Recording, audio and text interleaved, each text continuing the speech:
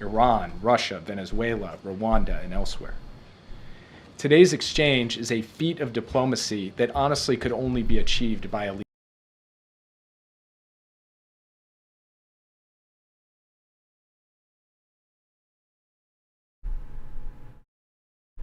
So they did the old switcheroo on me today and started early, so I'm missing a little bit of the beginning, but we're going to go ahead and see what they have to say for our White House press briefing.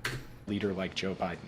At his direction, the professionals in our national security, foreign policy, and intelligence community worked tirelessly and relentlessly to secure the release of 16 individuals who were detained in Russia. The 3 American citizens, 1 American green card holder, 5 German citizens, and 7 Russian political prisoners in exchange for 8 individuals held in a combination of the United States, Germany, Norway, Slovenia, and Poland. The president was himself personally engaged in the diplomacy that brought this about, including multiple conversations with Chancellor Scholz, with the other leaders of the countries who provided some of the Russians as part of the exchange, and most recently, as has now been reported, calling the Prime Minister of Slovenia early in the afternoon of Sunday, July 21st, to coordinate the final arrangements, to make the final piece of this deal fall into place. There is no more singular or concrete demonstration that the alliances that the president has reinvigorated around the world matter to Americans, to the individual safety of Americans, and to the collective security of Americans. And we're deeply grateful to our allies who supported us in these complex negotiations to achieve this outcome. And while I'm standing at this podium, the president is reaching out to give personal thanks to the leaders of Germany, Poland, Slovenia, Norway, and Turkey. And honestly, guys, I can just say this was vintage Joe Biden, rallying American allies to save American citizens and Russian freedom fighters, and doing it with intricate statecraft, pulling his whole team together to drive this across the finish line. His goal has always been to put the families first, the families who are enduring an unimaginable ordeal. From the president on down, we've stayed in regular and routine touch with them. I spent a lot of time with the families of Evan and Paul and Alsu. And most of the time, as you can imagine, those are tough conversations. But not today. Today, excuse me. Today was a very good day. Oh, he's choking and out. We're going to build on it, drawing inspiration and continued courage from it for all of those who are held hostage or wrongfully detained around the world. And that includes Mark Fogel, who we are actively working to get his release from Russia as well. And there are others being held in Syria, Afghanistan, other countries around the world who we are working to get released.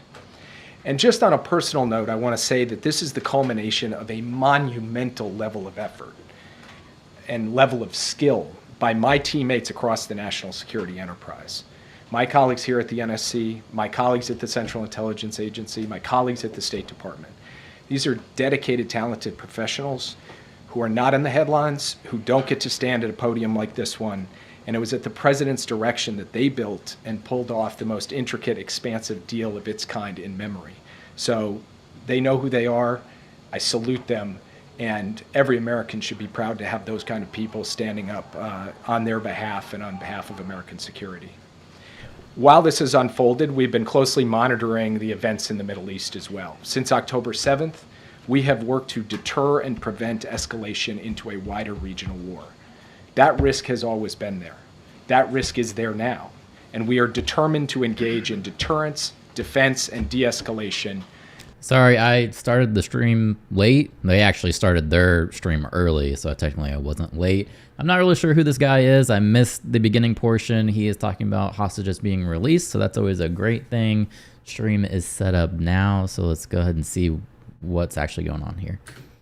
To try to ensure that we do not have a wider regional conflict or escalation that goes unchecked. So I'm happy to get more into that in response to your questions, and with that, I'll turn it over to you. Yeah. All right, Thanks, questions. Jake. Whose idea was it to try to go big and bring everyone home at once instead of going for a simpler one-for-one type deal, and why? That's a great question, which I don't feel entirely comfortable answering because this was an organic process involving a lot of people across our government. But what I will say is this. Sure. The president sat us down on a regular basis over the course of the detentions of Paul, Evan, and Alsu, and really pushed us to think about what configuration would actually work to make this happen. And it was through an iterative process of back and forth with various of the allies I mentioned, with engagements with our Russian counterparts, where we were making proposals, getting responses, that this all came together. And so I would say that if you had not had Joe Biden sitting in the Oval Office, I don't think this would have happened. But as I said in my remarks, there were a lot of other people who played a central role in building out the pieces of this and then executing on that. And the execution phase of this, to get this level of coordination together, to have those planes all land on the tarmac at the same time from multiple different countries with so many different individuals coming from Russia and going back to Russia, really extraordinary. And I think, team effort can be a cliche, but I think in this case it's a warranted description of what happened. And was Alexei Navalny supposed to be a part of this deal before he died in prison? So we had been working with our partners on a deal that would have included Alexei Navalny, and unfortunately he died. In fact, on the very day that he died, I saw Evan's parents, and I told them that the president was determined to get this done, even in light of that tragic news, and that we were going to work day and night to get to this day. And so that work continued over the course of the past few months and culminated in today. So just to give you the backstory of what's going on here, it says U.S. Russia prisoners swap secures release of Evan Gershkovich. Hopefully I'm saying that right. And Paul Whelan and others. So there has been some release of 24 prisoners. The Biden administration on Thursday announced it had secured the release of 3 American citizens from Russia, including Wall Street reporter Evan Gershkovich, Marine veteran Paul Whelan, and Russian-American radio journalist Alsu Kermasheva, all of whom are expected to arrive on American soil by nightfall. So we had 3 prisoners released from a Russian camp. So that's what he's talking about here. Yeah. You've mentioned it a little bit, but can you describe and give us a little bit more color on that Oval Office conversation just before the president came out?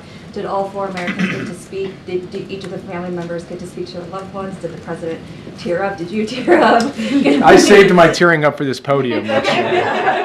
I would like to strike that from the record if we can. I don't know if that's permitted. Probably not. Nice.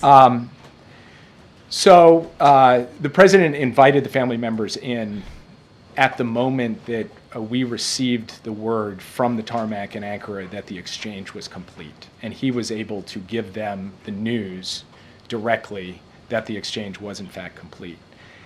Then Paul, Evan, and Alsu were in one place. Vladimir was actually in another place. So he conducted 2 calls from the Oval Office, one with the 3 American citizens on the phone, and he welcomed their freedom, said, that on behalf of the American people, he was so proud to have them out, and then very quickly turned the phone over to their family members, and each family got the opportunity to engage by phone with their loved one who was out.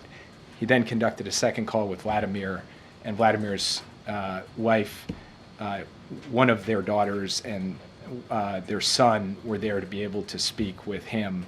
And the president and he also got to reminisce on the fact that they were both pallbearers together at John McCain's John McCain's funeral. And so it was a kind of extraordinary personal exchange in the Oval Office. And the family members were both overwhelmed, of course, by the events of the day and also standing there in the presence of the U.S. president at the Resolute desk. So we got some feel-good news today. I like it. It's not just left versus right. It was quite a moment. And can you talk about how the administration tries to make sure this doesn't incentivize more arrests of innocent Americans beyond what the president said, advising people not to go abroad in certain places, especially because you're looking at this inherent imbalance between releasing or between securing the release of innocent Americans in exchange for rightfully convicted criminals. Oh, wait. Look, it's a fair question. It's a question that we grapple with every time that we look at the hard decisions involved in one of these exchanges. It is difficult to send back a convicted criminal to secure the release of an innocent American. And yet, sometimes the choice is between doing that and consigning that person basically to live out their days in prison in a hostile foreign country or in the hands of a hostile power. So from our perspective, we have assessed and analyzed that risk, and we have judged that the benefit of reuniting Americans, of bringing people home, and also of vindicating the idea that the American president and the American government are going to do what it takes to protect and secure the release of innocent Americans. Okay, so on the flip side of that, it says, under terms of the agreement, 12 political dissidents held in Russia have been released to Germany. Kremlin critic and Washington Post contributor Vladimir Kara-Murza is expected to be flown to the U.S. And I was looking to see, well, what did we... Okay, here we go. In return, Russia will receive 8 of its nationals, including 3 that were being held in U.S. prisons. 3 people, I'm not going to name their names, doesn't matter. But it doesn't give any details on what those prisoners were being held for. Key among the prisoners returned to Russia, according to American officials familiar with the talks, was Vadim Kraskov, a convicted murderer who was sentenced to life in prison by a German court in 2021 by killing a Georgian Asli who fought against Russian in Chechnya. German judges said the killing had been ordered by Russian federal authorities and called it state terrorism. So these prisoners were obviously going to be some pretty bad people. So there was a trade. How many did it say that? Okay. So we got 3 and we're sending them 8? Is that right?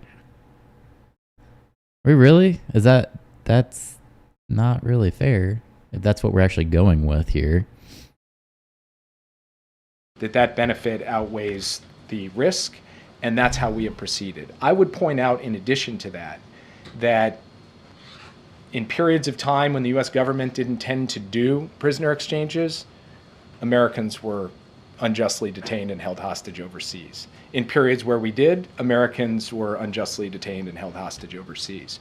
So I think there are real questions, and Roger Carstens, the hostage negotiator at the State Department, has actually pointed out that in this analysis, it is not quite as clear-cut that the evidence actually demonstrates the kind of result that your question speaks to, that a lot more people get taken because we do these exchanges. But it's something that we have to pay attention to, and it's something that makes these decisions by the president not simple decisions, hard decisions, and yet, as he did today, he was prepared to make them. Yeah. Can you explain a bit more, when did it become clear that Krasikov was this linchpin to a deal like this, and was it during the negotiations over Brittany Griner?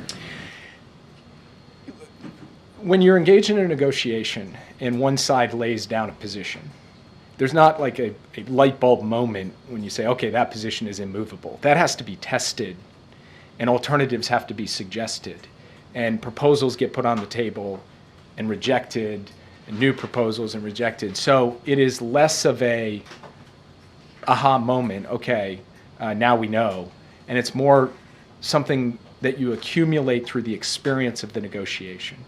And so over the course of this negotiation, we did reach the conclusion that Krasikov was a key. You've discussed, obviously, the president's involvement, direct involvement in all of this. Can you talk us through any involvement that the vice president had? Was she also speaking directly to other leaders and allies? So as I said in my opening comments, both President Biden and Vice President Harris have made the return of unjustly detained American hostages an absolute priority. And in this particular case, Vice President Harris actually had an opportunity to engage with Chancellor Scholz earlier this year at an opportune and timely moment at the Munich Security Conference, where she talked about this issue with him. That followed on a conversation that the president had just a short time before that, and it was in the run of high-level engagements and a back and forth that the president and the chancellor were having that Vice President Harris was actually able to sit face-to-face with Chancellor Scholz and talk through the elements of this. And then I've sat in the Oval Office more times than I can count over the course of the past year. So we got back a journalist, a Marine, and this guy who was arrested for charges of treason and spreading false information about the military, about Russia's military. So that's the three people that we got back. Years providing briefings and updates on this and getting peppered with questions by both the president and the vice president, thinking through the strategy, iterating the approach, which she was a participant in very much, a core member of the team that helped make this happen. Jay, Yeah. two quick questions. One, as it relates to the president's interactions with Chancellor Scholz. It's been detailed to us, but maybe from the podium, you could help us understand. Chancellor Scholz had to make a big sacrifice, giving up Krasikov here, a Russian criminal. What specifically did the German chancellor say to President Biden about his willingness to do this? Well, I will leave that to Chancellor Scholz because I think for important and sensitive conversations, leaders should speak for themselves. The White House said, he said, for you, and then he said, I will do this. Is that fair? And if so, can you at least detail that? I can confirm that he did say that, but I thought you were asking sort of to elaborate in greater detail, which I'm afraid I don't feel comfortable doing because he can speak to his conversations with the president. What I will say, and President Biden made this point when he spoke to the press just a short time ago, that relationship between the president and the chancellor, a relationship of respect, a relationship of genuine friendship, had the character of being able to work through this sensitive issue in a way that wasn't kind of antiseptic or professional. It was two guys actually trying to figure out a solution. That was the nature of all of the conversations, and ultimately the chancellor was able to say to the president, let's do this. Just to be clear, my second question, today is clearly a day of celebration. Already there is some criticism, including from the Republican vice presidential nominee, J.D. Vance, who moments ago said, I think what this demonstrates, I think that really what this shows is that a lot of bad guys across the world are worried that Donald Trump is coming back into office. Your response to those comments? I don't follow. Yeah. Thank you, Jake. Can you talk about what, if any, engagement U.S. officials had with Vladimir Putin as part of this? No engagement directly with Vladimir Putin. What about his deputies?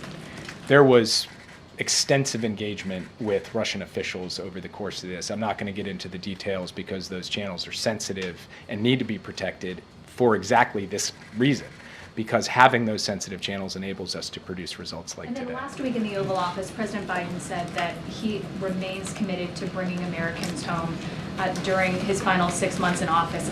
How important was it for him to get this deal before leaving office?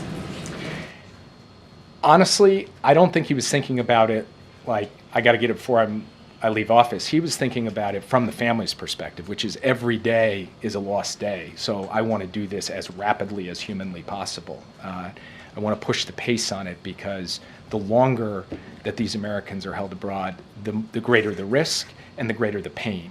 So for him, it was really important to do the deal, but less tied to his time in office and more tied to the power and responsibility he had and wanted to exercise to get this done as fast as he possibly could. Yeah. And I just want to follow up on this interaction with the Russians. I mean, does this in any way lay any groundwork for discussions about the war in Ukraine with the Ukrainians? I mean, just to sort of say, look, we've cooperated on this.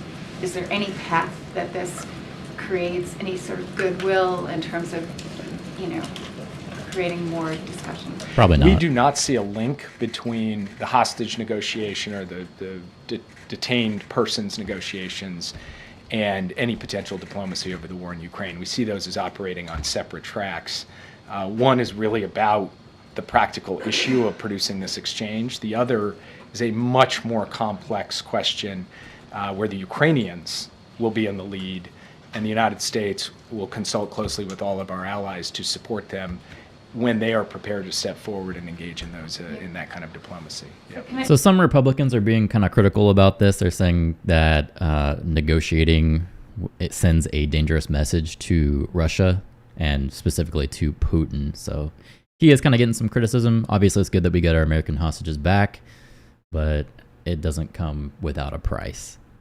Can I just follow up on, so we can't have you here and not ask you about what's happening and unfolding in the Middle East and with Iran and with this, the killing of Haniyeh. Can you please just give us your assessment of how high the temperature really is and how great the risks are now of an all-out war or a bigger war? Just taking a step back, we have been laser focused on trying to prevent that wider war since October 7th. There have been moments that have required intensive effort to keep a lid on things. The risk has always been there, and the risk remains today. And we believe we do have to be engaging in intensive efforts now through deterrence, through de-escalation, through diplomacy, to prevent a wider war, and we will continue to do that. Yeah, thanks, Jake. Back in May, former President Trump made the comment that Russia would release Evan Gershkovich for him after the upcoming election, quote, but not for anyone else. Did that comment complicate negotiations at all, and do you have a response to Trump's comment now? He did say that. Look, I'm just happy these guys are out and home, and I won't wade into the comments of the former president. What about Jimmy Wilgus? Are you working on him? Yeah. Jake, you noted that the president spoke to the leader of Slovenia right around the time he was making his decision on his political future. How much was the thinking that he had to go through on his future part of this process leading up to these negotiations? Was this something that weighed on him for days ahead of these calls? Look, to be honest with you, the way in which this unfolded played out over the course of weeks, even months, to put all of the pieces in place. So the timing and the cadence of the different elements coming together was a feature of the diplomacy and the decision-making of each of the countries involved. It wasn't about American politics, the American political calendar, president's thinking on other issues. And it did happen to line up on that Sunday in that way, but not through a conscious decision to make it so, but rather because that's when the pieces were falling into place. And that's the moment when the president had to drop that final piece in. And it just so happened to come a couple of hours before he made his announcement. And when do you think we will actually see them on American soil? Will the president greet them in person? I think you can expect to see Evan, Paul, and Alsu later tonight on American soil. Awesome. And as the president mentioned in his remarks earlier, they'll be landing at Andrews Air Force Base. The president and the vice president will be out there to greet them. Vladimir Kara-Murza is going to be traveling to Germany, and his family, who was here with the president this morning, will be traveling there to join him. But as Vladimir and the president discussed today, we expect him back here in the United States soon for him to be able to see the president and other people in the U.S. government. Yeah. Now, Biden did put out a statement, but it didn't really say much, so I'm not even going to bring it up here. Thank you, he was just saying, "Oh, we're grateful." For a moment, I want to ask you about the plea deal that was reached with 9/11 suspects by military courts down in Guantanamo. Republicans are condemning this as showing weakness and calling it a sweetheart deal because it avoids a trial and the death penalty. I was wondering if the administration has any response to that. As we said last night, the White House received word that the convening authority had entered these pretrial agreements that had been negotiated by military prosecutors with KSM and some of the other 9/11 defendants. And we had no role in that process. The president had no role. The vice president had no role. I had no role. The White House had no role. And we were informed yesterday, the same day that they went out publicly, that this pretrial agreement had been accepted by the convening authority. What the president did upon learning of that was direct his team to consult as appropriate with officials and lawyers at the Department of Defense on this matter, Those consultations are ongoing, and I have nothing more to add at this time. And one more thing, on Iran, Israel, Hamas negotiations, now that the lead Hamas negotiator is dead, who is there to negotiate with, and why, in your estimation, would Hamas continue towards negotiating a ceasefire deal when their lead negotiator was just killed by the people that negotiated? This was asked yesterday, and they had no information on who the new leader was going to be or who they're actually supposed to be negotiating with. It is too soon to tell what the impact of his death will have on the negotiations, and so I'm not going to speculate on that, especially in light of the broader dynamics and set of events unfolding in the region right now. What I will say is this: the ceasefire and hostage deal is the pathway to ending this war. It is the pathway to getting all of the hostages home, including the American citizen hostages who are relentlessly focused on getting home, and we remain determined to get it done. Yeah. Did the president have a call today with Prime Minister Netanyahu, or is he having one? I believe the Israeli government has put out that they're having a call. We had not announced that yet, but in fact, the president is intending to speak with Prime Minister Netanyahu later today. They have not spoken yet. Yeah. And is the president going to express any displeasure about not having a heads up about the attack on the Hamas leader, or these other big things that have happened in the last few days? Good question. Israel taking countermeasures. So I'm not going to preview the president's message before he has a chance to speak directly to the prime minister, and then if I had to predict, I probably will be tight-lipped about the readout afterward. Yeah.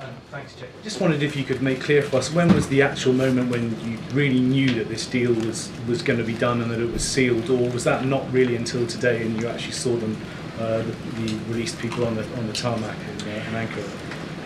We steadily gained confidence following the president's call on the 21st of July, but that confidence was always tempered by the reality that this was a fragile deal, a complex deal that could fall apart at any moment from multiple different directions. So we held our breath and crossed our fingers until just a couple hours ago. Yeah. Jake, I wanted to ask about arms control treaties. It seems like Russia's been backsliding when it comes to these deals. What is the update with that? Is there any progress with getting them to rejoin any of these treaties? No. The short answer is there is no progress. We have tried to engage, and I have publicly stated, and my colleagues have also laid out our view that there is an arms control agenda that's in the interests of the security of the United States, our allies, and frankly, global stability. And we have not seen reciprocity on the Russian side to engage in those discussions at this time. So we're obviously working very closely with NATO, with our other allies and partners, to ensure that our security is going to be strong, resilient, and credible no matter what comes next. But we do remain available to engage in arms control, as we did with the Soviet Union at the height of the Cold War. Last question. Yeah. Thank you, Jake. Can you just confirm that no money was exchanged, no sanctions were loosened to facilitate this deal? Yes, I can confirm that. And can you also speak to why the president chose not to use his moment in front of the cameras to deliver a warning to Putin? He said, I don't need to speak to Putin, but what he didn't convey was a price that countries will pay if they abduct Americans for political purposes.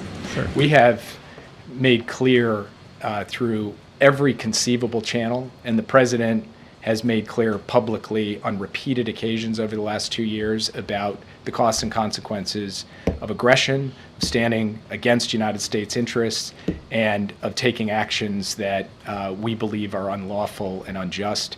We're going to continue to do that as we go forward. For the president today, this was a moment to thank our allies. It was a moment to celebrate the families, and most importantly, it was a moment to lift up the human achievement of getting both Americans, citizens of friendly countries, and Russian political prisoners out. But as the president said, he doesn't need to talk to Putin for Putin to understand where the president stands. Thank you. What about Jimmy Wilgus? He's been there 8 years, Jake. Thank you, Jake. Yelling. Thank you. 8 years. There we go. There's Karine. All right. As I mentioned at the top, this is an incredibly important day, monumentous day, and also an emotional day. for the families, obviously for the incredible team that I get to work with every day, national security team, and across the administration, and for this president. And so it's a good day. It's a really, really good day. And we should be really proud of what this administration has been able to do. Now these, these folks who are unjustly held now get to go home to their families and see their families and restart their lives. Okay. And a follow-up on the 9/11 plea deal, if I may.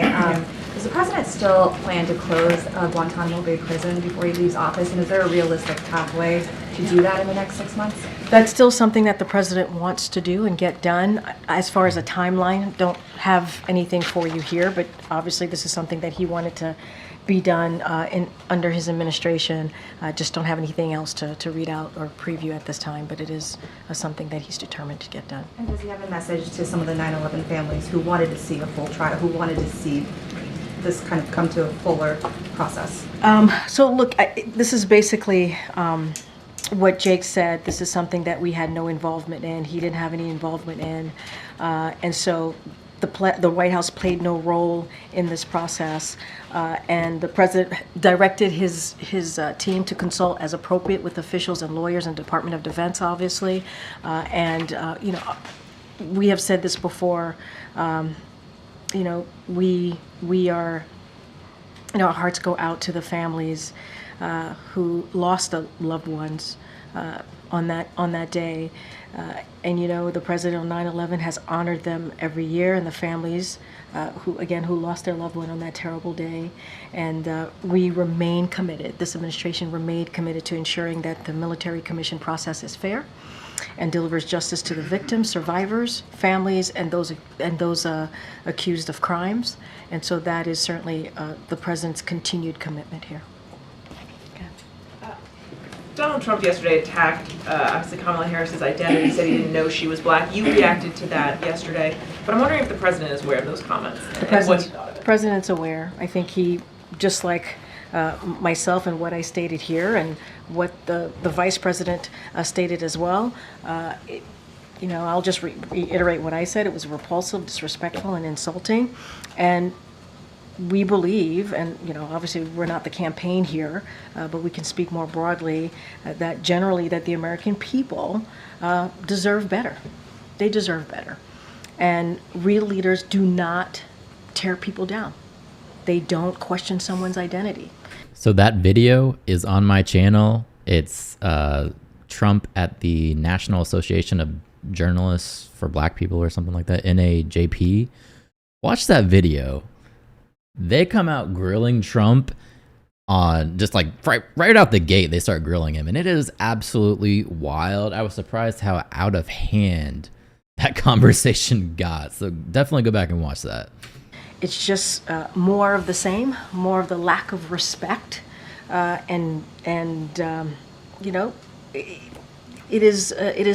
couldn't be more inappropriate. And he also believes that the American people deserve better. He deserves better. You have a president who has spent the last 4 years and more talking about unity, talking about respecting each other, talking about bringing people together. That's what this president believes. And you see that in any policy that he talks about, right? Whether it's the economy, healthcare, make sure that we respect each other, dignity. That is what the president is about. I'll leave it there. Okay, Jackie. Thank you, Karine. Just hoping for a response to the 9/11 plea deal that spared the architects the death penalty. The New York City Firefighters Union put out a statement. It said, "We are disgusted and disappointed that these 3 terrorists were given a plea deal and allowed to escape the ultimate justice, while each month 3 more heroes from the FDNY are dying from World Trade Center illnesses." Does the administration have a message for them? Look, our hearts go out. I mean, not much more than I can add to what you heard from the National Security Advisor and how I just answered the question to one of your colleagues. And I'll just reiterate, obviously our hearts go out to the families who lost a loved one. We didn't have a role in this. This was not something that we were involved in.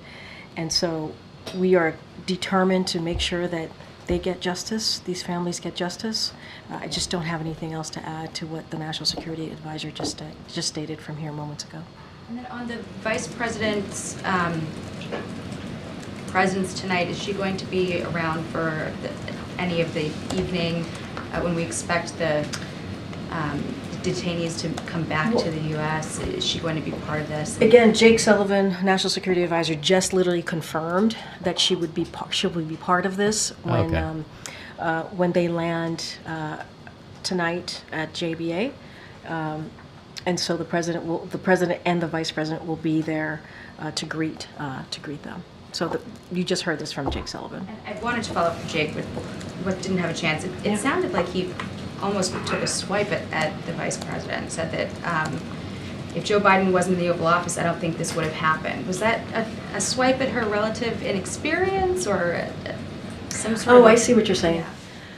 They're partners in this. Joe Biden and the vice president are partners in this. You heard him say that the vice president played a critical role in this diplomacy at a number of key moments. She met with the Chancellor of Germany in Munich to help pave the way. She also met with the Prime Minister of Slovenia to help bring them into the negotiations. They were partners in this. And then you'll see her tonight join the president to welcome back those Americans who were unjustly imprisoned in Russia. And that is going to be an important moment, a critical moment, but they worked together on this. And I think what Jake, not to say what he was saying, but he was very clear, this is a president that has had a long history in government, more than 50 years as a senator, as a vice president, and now as president. It is because of his understanding of the world and the relationships with these leaders that he has had. He's been able to build back up our partnership with allies, right, and also partners. But let's not be very clear here. The vice president has been a partner in this. I just listed out how critical of a role that she played in key moments very, very recently. So they're partners, and I think that is what we want to make sure that is very, very clear to all of you. Okay. Karine, was there ever any consideration given to asking the vice president to, come back sooner so she could be part of the announcement today? And sorry. No, I'm sorry. You should finish. You should finish your question. Well, no, I was just going to ask. I mean, if there was, just for the atmospherics or the kind of visual impact of having her there with the families. Well, just today. just to reiterate, she played a key role here, a critical role during some key moments, as I just listed out. But I will remind you that she was at a funeral in Houston this morning. She was speaking at a funeral for the late Congresswoman there in Texas. And that was also, as you know, when you're president and even vice president, you play multiple roles here. And so she'll be coming back today, if she's not back already, and she'll be joining the president and the families as they get to welcome their loved one back from after being unjustly imprisoned in Russia. I just have one more question about the 9/11 plea deal. Can you say from where you sit now whether you think the death penalty would have been an appropriate end, or is that a sort of a matter of principle for you, for the people at the White House, and for President Biden in particular? As you know, the president's been always very clear about the death penalty. I don't have anything else to add. This is something that we learned about yesterday. This is something that the convening authority for military commissions made an independent decision. They made an independent decision. We were not involved. I don't want to get into like specifics on this because we're just not involved at all in this process. And so I'll just be careful here and just leave it there. Okay. Did the president or anyone in the administration speak to the family of Mark Vogel today, to your knowledge? That's a good question. I don't have anything to read out about a particular conversation with the family of Mark Vogel. As you know, our team here have been in regular touch of many of the families who have loved ones who have been detained. I don't have anything at this time to read out with Mark Vogel specifically, but we are continue to be committed. You heard Jake speak to this at the top when he was delivering his remarks to getting Americans home. With each of these exchanges, it is our goal to secure release of as many as Americans as we can. That is the goal every time we get into these negotiations, and we're always very careful. We do not do these in public, obviously, and at every step in this process, starting all the way back when we sought the release of Paul Whelan and Brittany Griner, we also sought to release Mark Fogel, as well as you heard from Jake Sullivan. We are actively continuing to do so and are engaged in active discussion on how we can get to that, how can get to a path to get him home. Don't have anything to read out on a recent conversation with their family. On a with separate his family. topic, the Federal Reserve yesterday signaled that it could cut interest rates for the first time since the pandemic. Does the White House believe that's a good idea? Not going to comment on any monetary policy decisions or potential decisions by the Federal Reserve. They are independent. We respect that, and so I'm not going to comment on that. Okay. Just to circle back, Jake did make the point that he believed that this wouldn't have happened if the president wasn't the one in the Oval negotiating.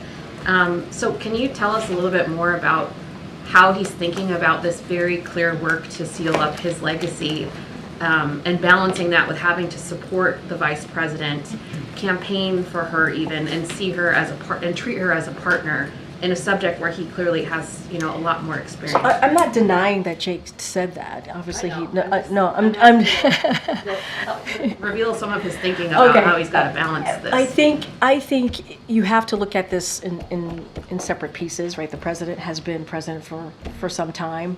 I used to say this all the time: with age comes experience, right? And I think that's important to note. And he's had relationships with many of these leaders that are currently, out there in this present time, in present day. What I also want to state is that the vice president has been vice president for 3.5 years. She has been part of this administration, obviously, not just part of it, but a partner, and has developed her own relationship with world leaders, with our allies and partners. And I think that's important to note. She was part in having conversations with the Chancellor of Germany, for example, in starting to get us on a path for what we're seeing today. And so obviously we feel that she's immensely qualified. That's why the president endorsed her. That's why she is certainly a partner to him, but also is doing her part in the next, being careful here, in the next 4 months. So I'll leave it there. But look, they are partners. They talk regularly.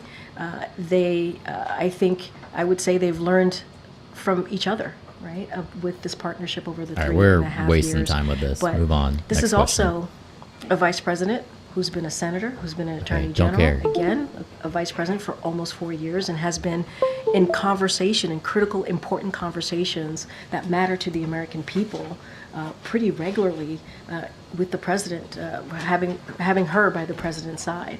And I think that matters. And that's important. Go ahead, Karen. Karine, can you tell us about the condition of Evan, Paul, Alsu, and Vladimir? How is their health, and did that come up when they had those phone calls in your office? I'm not going to get into details or into specifics or speak about their health.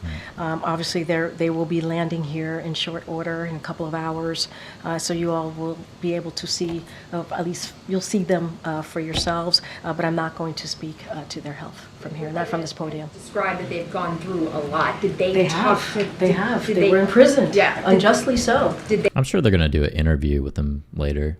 talk about that in their phone call at the Oval Office? I'm not going to get into further details to what the National Security Advisor shared here today. I'm pretty sure that when the time permits, they will, I'm sure, at some point, if they wish to, they'll speak for themselves. Get it. Yeah, thanks, Karine. So Germany got 12 citizens back on this. Were they negotiating with the Russians, and was this two negotiations that merged, or did this generate out of the U.S. talking about the U.S. Prisoners? Look, I think we've laid out pretty detail on how this occurred. Obviously, Not really. The U.S. played a leading role in this, and we are certainly very grateful to our allies that worked with us on this. Obviously, I talked about Germany, Slovenia, And so I don't have anything beyond what we've already shared with you on this. I don't want to get into specifics or details. We have already shared how this came about. Look, this is an important day. This is an important day.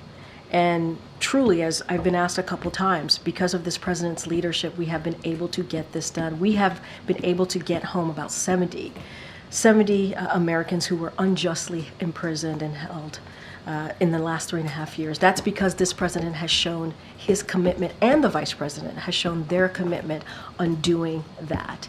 And I think it sends, today and many other days that we've been able to get this done, it sends a message to the American people that we will put them first, always, as it relates to foreign policy, national security, making sure that we are getting Americans home. And I'll leave it there. Are there going to be any events here at the White House with the prisoners, the American prisoners who are coming back? I know we're going to Andrews. No, I hear you. I can't speak to anything this evening. I mean, obviously they're going to be landing here this evening, and they're going to, my guess is, they're going to want to see their families, hold their families, hug their families. Sure. It's been a long journey for them, not just getting home, but these past couple of years. And that is my guess, is that's what they're going to want to do. This is an emotional day. This is an emotional day. And it's a good day. We should be really, really proud of what this administration has been able to do. And don't have anything beyond that. Yeah, Garen. Congresswoman Sheila Jackson Lee is being laid to rest in Houston, and one of her signature bills in Congress was H.R. 40, which, as you know, would create a commission to study the issue of reparations for African Americans.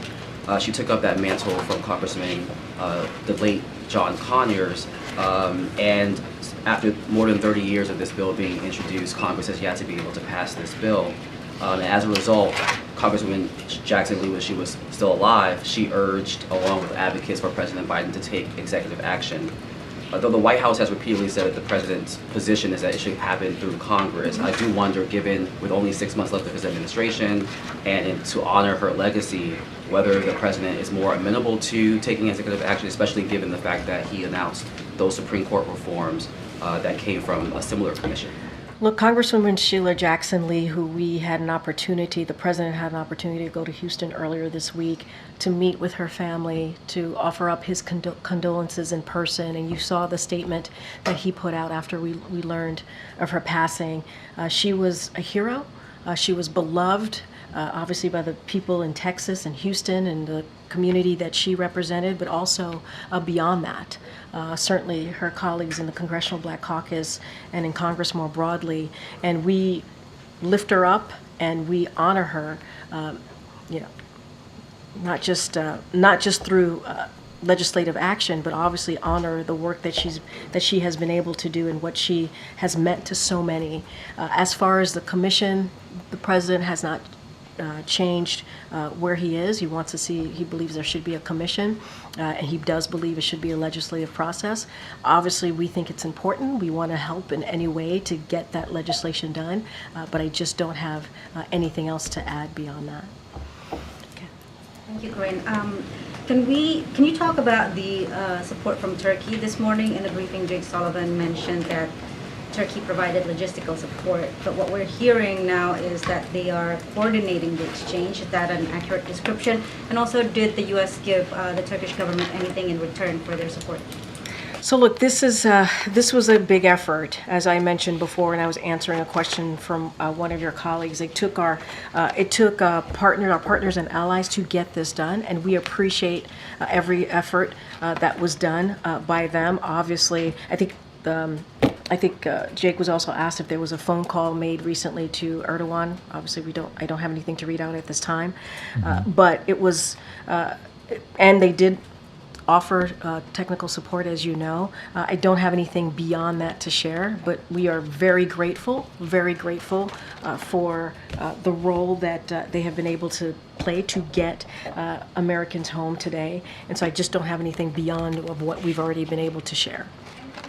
Give us an update on American journalist Austin Tice that's held in Syria, and also just beyond that. I mean, obviously, our network, we're very grateful and relieved that also is freed, but there are other journalists in our network and who may not be Americans. You know, we have colleagues held in Belarus, in Russian-occupied Crimea, in Myanmar, families of Uyghur journalists held by China.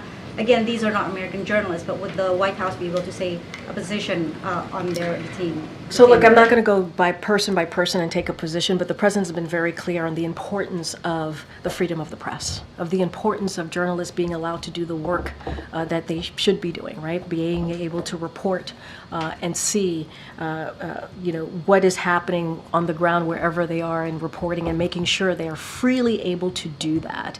And the president has those tough conversations with leaders that he meets privately, and we've been very clear publicly about supporting journalists and the work that they do, and being able to do that work freely and not be intimidated and without violence. And so that's something that we're going to continue to be very, very clear about. You just listed out a bunch of names. I don't want to go point by point on these names, but more broadly, we believe in the freedom of the press.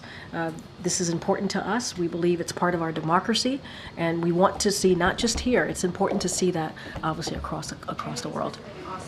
I don't have anything specific for you at this time. When it comes to Americans being unjustly held, wrongfully detained, as you have seen from this president in the last 3.5 years, he's going to do everything that he can. I think today is a perfect example. Bringing home 70 Americans over the last 3.5 years is a perfect example of this president being committed to bringing home Americans who have been unjustly held.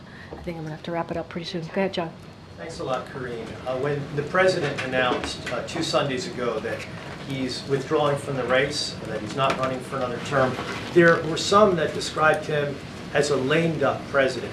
How does this news today, this joyous news at the White House, answer those critics describing President Biden in that fashion? Well, I'm glad you call it joyous news, because it is. This is very, very good news.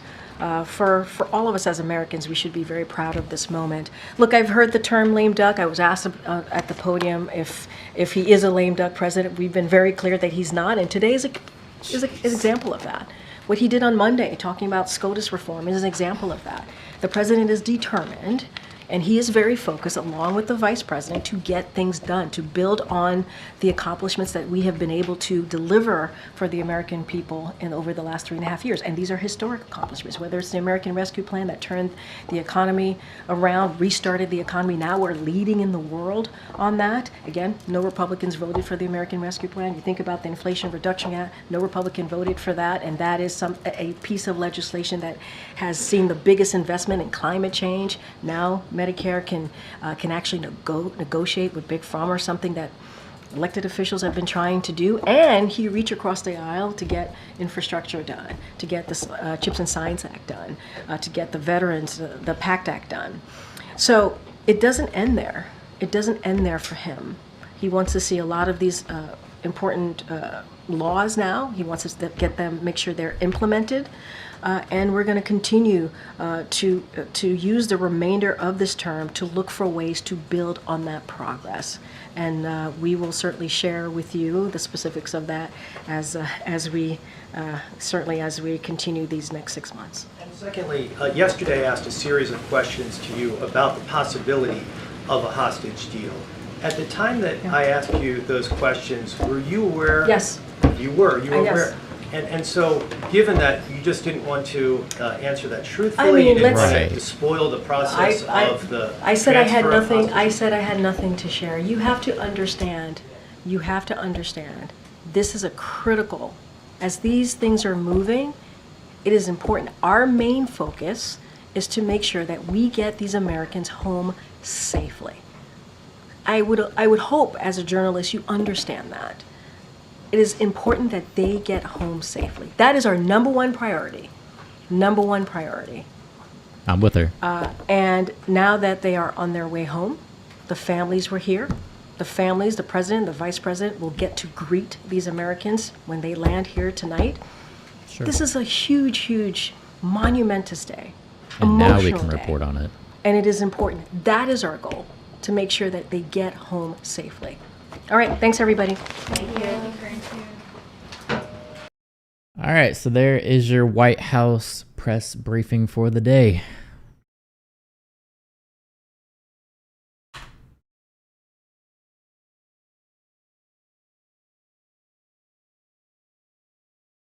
There's something else I want to watch here.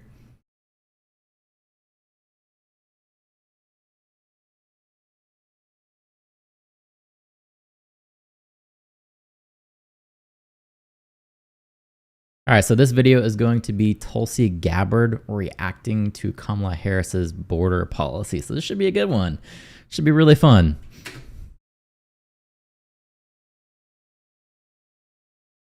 What is this?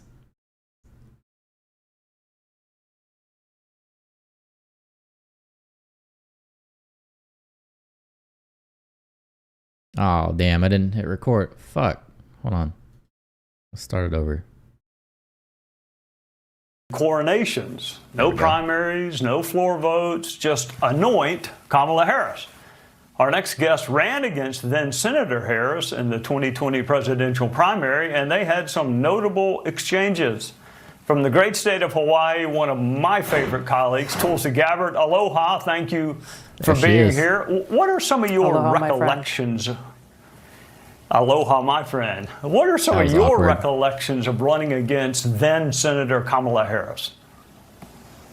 Well, she's the same person today now as she was then and as she always has been, Trey. And this is frankly what makes her an even more dangerous potential president than President Biden has been. And I think it's important for us to focus on this as they've made this change midstream. And the reason why she's more dangerous is because she is an ideologue.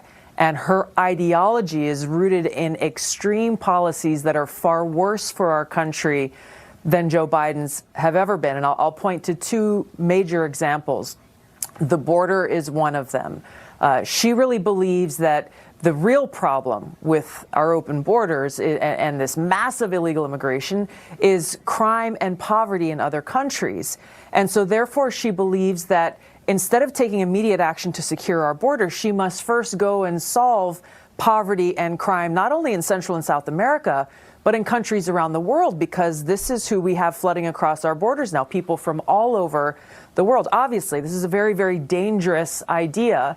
So the Democrats would argue that they had a bipartisan border bill, but the Republicans were blocking that bill because obviously they want the border to be open. All this damage is being caused in America so that Trump can come in, be elected, and save the day. That's their idea from their perspective. Obviously, Tulsi has kind of switched over to being a Republican pretty much at this point. So that's going to be her claim here. And secondly, she has already shown in the Biden-Harris administration that she is not going to hesitate to weaponize the Department of Justice and law enforcement to go after her political opponents, to get what she wants. And so what we've seen over the last 3.5 years has been so brazen in their abuse of power. It will be worse with Kamala Harris, who herself touts her record and what kind of president she will be as a prosecutor president, when we already know she will be a corrupt prosecutor president. Sure. I watched you with my own two eyes go toe-to-toe, eyeball to eyeball with some of the so-called Democrat Party leaders about the way they were kind of coronating Hillary Clinton. Why not have a convention? Why not let others run? I mean, it's not like she finished a close second to Biden. She got the same number of delegates I got, and I didn't even run. It's weird because she wasn't even popular. They could have picked a candidate that was actually likable. That says more about you, my friend. It really reveals and affirms what we've known all along. It's one of the reasons why I left the Democratic Party, is they are not actually a democratic party. They don't believe in our country's democracy. So just like in 2016, they rigged the presidential primary for Hillary Clinton over Bernie Sanders and everyone else who ran. Just like in 2020, they pre-selected which Democrat candidates they wanted voters to choose from and which of us they wanted to sideline, smear, and cancel. And just like in 2024, they stopped candidates from trying to run against Joe Biden and have an actual primary. And yet again, they are doing the exact same thing and not allowing, even in this moment, an open Democratic convention. They only care about control and power. And when you have President Obama and the Clintons and the other Democrat elite, they are the ones calling the shots. And they don't believe in we the people, even Democrat voters, having the freedom to exercise their own voices and their votes.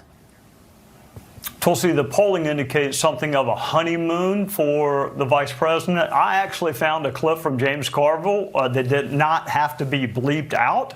So let's listen to that together, and then I'll ask you a question on the other side. All right, let's do it. I have to be the skunk at the garden party. This kind of giddy elation is not going to be very helpful much longer, because that's not what we're going to be faced with. Every year people gather to play fantasy basketball or fantasy football or whatever, and you get to pick the best players on the team. The Democratic Party has that type of opportunity, but they seem to be squandering it by taking a lesser pick. I'm not sure they should have picked Kamala. In the perfect world, I might have had more of an open audition process. I still rate him a pretty substantial favorite in this race, just because of the electoral challenges. We've only got about 30 seconds, so I'll ask you a quick question. Where, in your judgment, is she most vulnerable in the eyes of voters? She is incapable and unqualified to be president and commander-in-chief, and her record shows that. The truth shows that. The reality is, though, that whether it's Kamala Harris or any other Democrat that the elite would choose, they would all be the same. They would all pose the same direct danger and threat to our fundamental rights and freedoms in our country, because it's coming from people who care about their own power, and they don't care about the country and our Constitution. That's what they're all NPCs. That's what she's going with here. But every voter needs to remember as we head towards this election in November. Well, you, Tulsi, are the reason I watched a Democrat debate. I usually don't watch Democrat primary debates, but you're the reason I did watch it. And I thought you acquitted yourself quite well in your exchanges with the now vice president, as you always do. Thank you for joining us on a Sunday night. She was like the only likable candidate they had on the stage there for the Democrats. But some people were saying because she endorsed Bernie Sanders, that's why the Clintons didn't like her. So then that kind of started her falling from favor with the Democratic Party. Could be true, could not be true, could be total BS. I don't know, but there you have it. There is Tulsi Gabbard.